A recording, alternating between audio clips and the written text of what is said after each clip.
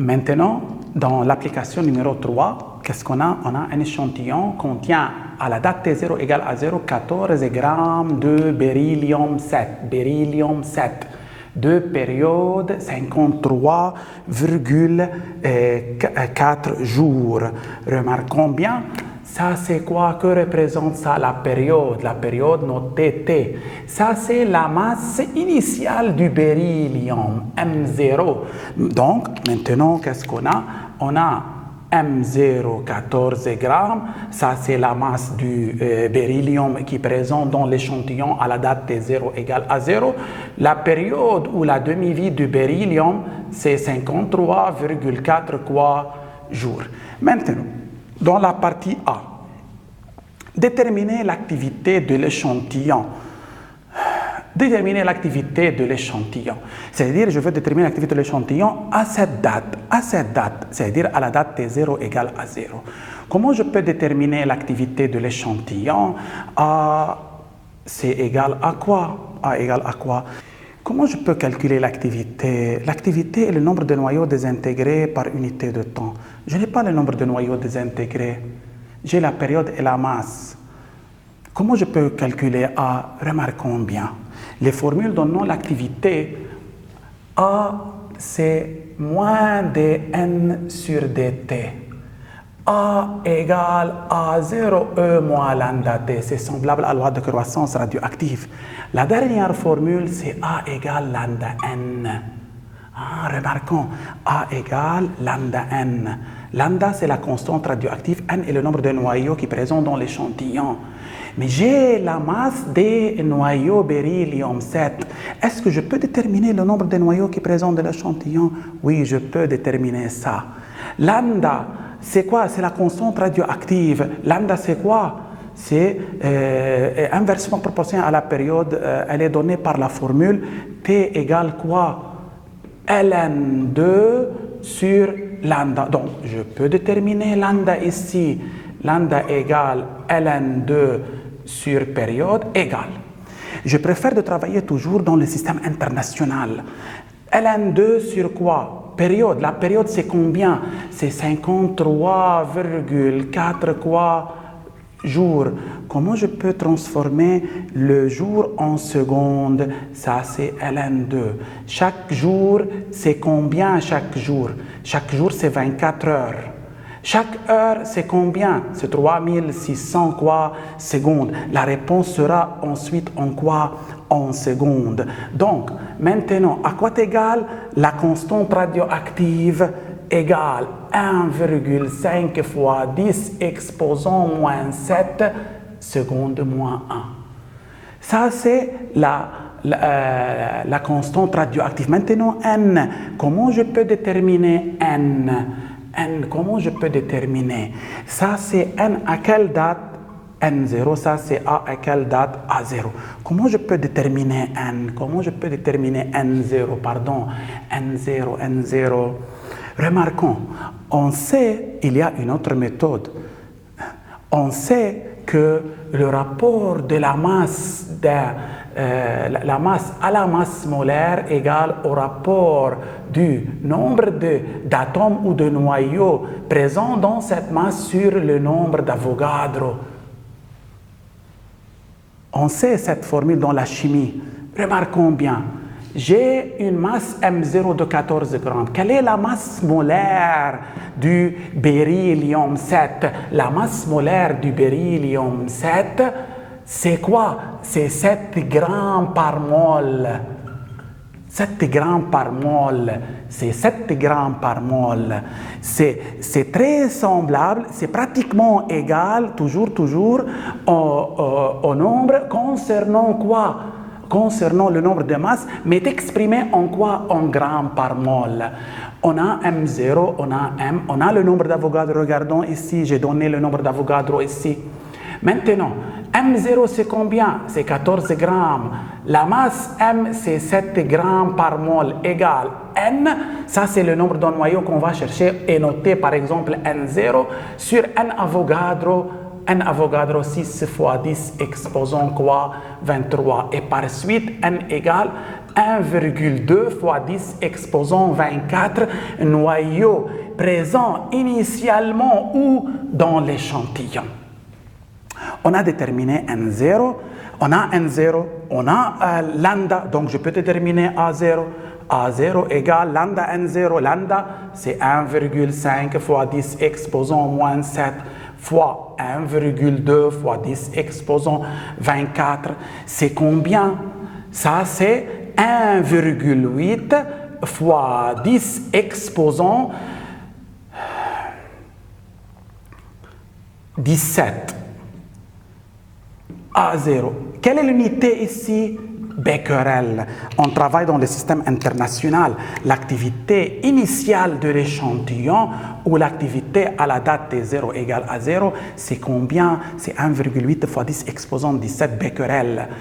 C'est-à-dire 1,8 fois 10 exposant 17 désintégrations par seconde. À ce moment-là, remarquons bien, on va recommencer. Si j'ai la masse d'une certaine substance donnée, je peux déterminer le nombre de noyaux qui se trouvent dans cette substance en utilisant cette formule M sur M0 égale N sur masse sur masse molaire égale nombre de noyaux sur nombre d'Avogadro. Maintenant, en déterminant N0 et en déterminant lambda par cette formule, je peux déterminer l'activité. Maintenant, on va calculer le nombre de noyaux désintégrés à la date t égale 2 minutes. C'est quoi le nombre de noyaux désintégrés? Le nombre de noyaux désintégrés, c'est toujours le nombre de noyaux initial moins le nombre de noyaux qui restent. Ça, c'est le nombre de noyaux désintégrés. On a N0, c'est 1,2 fois 10 exposant 24. Ça, c'est à la date T0 égale à 0. Maintenant, si je détermine le nombre de noyaux à la date T égale 2 minutes, représenté par N, je peux déterminer le nombre de noyaux désintégrés. Maintenant, comment je veux déterminer N?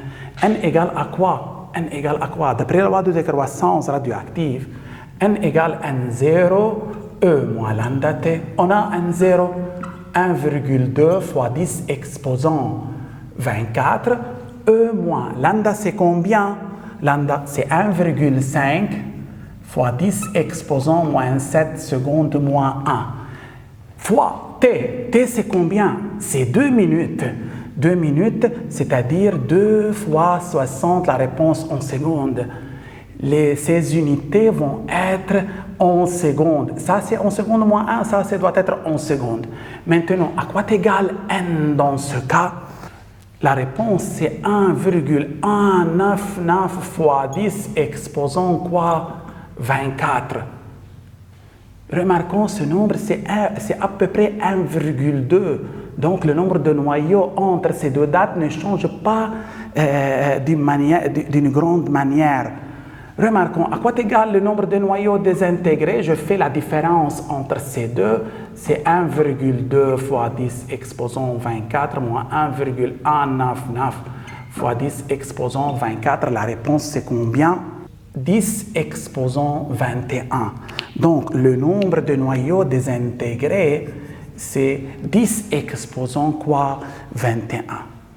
Remarquons bien, puisque ces deux nombres sont très proches, par suite le nombre de noyaux désintégrés est pratiquement proche, est pratiquement très faible, très faible. Très faible, remarquons par rapport à quoi? Par rapport à 10 exposant 24, ça c'est ici 10 exposant 21, c'est-à-dire ça 1000 fois plus petite que le nombre de noyaux initial. Remarquons, dans ces cas, lorsque N0 et N sont très rapprochés, on préfère d'utiliser la méthode de calcul suivante. Remarquons, j'écris ça. N désintégré, c'est N0 quoi? Pardon, par une autre couleur. N désintégré égale N0 moins N. C'est-à-dire N0 moins, c'est quoi N? N0 E moins lambda T égale N0 facteur 1 E moins lambda T. C'est ça. Je fais l'application numérique. 1,2 fois 10 exposant quoi? 24. Facteur 1 moins. Exponentielle moins 1,5 fois 10 exposant moins 7 fois 2 minutes fois 60 secondes. Lorsque j'utilise la calculatrice, je prends toute cette quantité globalement dans la calculatrice. Je ne cherche pas ça à part et ça à part. Je cherche la réponse d'une manière quoi globale. Je mets toute cette équation où dans la calculatrice. Qu'est-ce que j'obtiens? J'obtiens 2,16 fois 10 exposant 19. Ça, c'est un désintégré. Remarquons. Quelle grande différence entre ces deux réponses. Quelle grande différence. Ça, c'est 10 exposant 21. Ça, c'est 2,16 fois 10 exposant 19. Lorsque les valeurs sont très rapprochées, on préfère de faire le calcul une fois de tout dans la calculatrice. Une fois, je remets toute cette équation dans la calculatrice. Ça, c'est la réponse la plus exacte ou la réponse exacte. Tout le monde d'accord? Et ça, quand est-ce que j'obtiens N0 et N ont des valeurs très rapprochées? Remarquons bien ici, ça s'exprime en minutes. La période, c'est 53 jours. Remarquons et réfléchissez avec moi. L'échantillon a besoin de 53 jours pour perdre la moitié de ses noyaux ou pour que la moitié de ses noyaux seront désintégrés.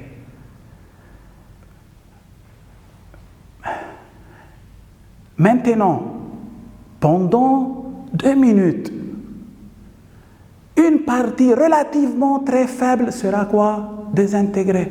Remarquons, l'échantillon a besoin de 53 jours pour perdre la moitié de ses noyaux radioactifs de beryllium 7. Maintenant, pendant 2 minutes, le nombre de noyaux désintégrés sera relativement faible. Donc, N désintégré sera faible et par suite, N0 et N sont très rapprochés. Donc, si je veux faire le calcul, je vais faire le calcul de cette manière. Une fois je mets tout ça dans la calculatrice, j'obtiens la réponse correcte.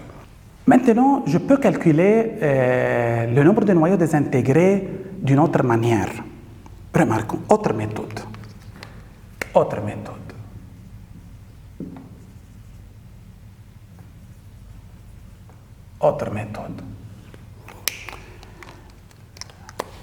La date considérée, c'est 2 minutes. Il est très très petit devant la demi-vie ou la période qui est 53,4 jours. Dans ce cas, le nombre de noyaux désintégrés est relativement faible. Remarquons, A, c'est moins de N sur dt. Ça, c'est le nombre de noyaux désintégrés. Moins de N, c'est le nombre de noyaux désintégrés. dt, dans ce cas, c'est cette durée. Pourquoi? Pendant une durée de 2 minutes, cette durée est très très très faible relativement à la période. Dans le monde de la radioactivité, la période ou la demi-vie est la durée de référence pour savoir qu'on a des faibles durées ou de grandes durées. Par rapport à cette demi-vie, cette durée 2 minutes est très faible. Par suite, je peux remplacer dt par delta t et ça par moins delta n. Ça, c'est quoi? Le nombre de noyaux désintégrés sur delta t. Et delta t ici, c'est combien? C'est 2 minutes. Je peux calculer N désintégré. N désintégré A fois delta t. Mais quel A je veux utiliser? Quel A? Remarquons. A égale A0 E moins lambda t. Si t est faible, c'est-à-dire 2 minutes, est faible par rapport à quoi? À la période. Dans ce cas, A et A0 sont pratiquement égales. Pourquoi? Ça, c'est un nombre très faible, c'est-à-dire proche de 0.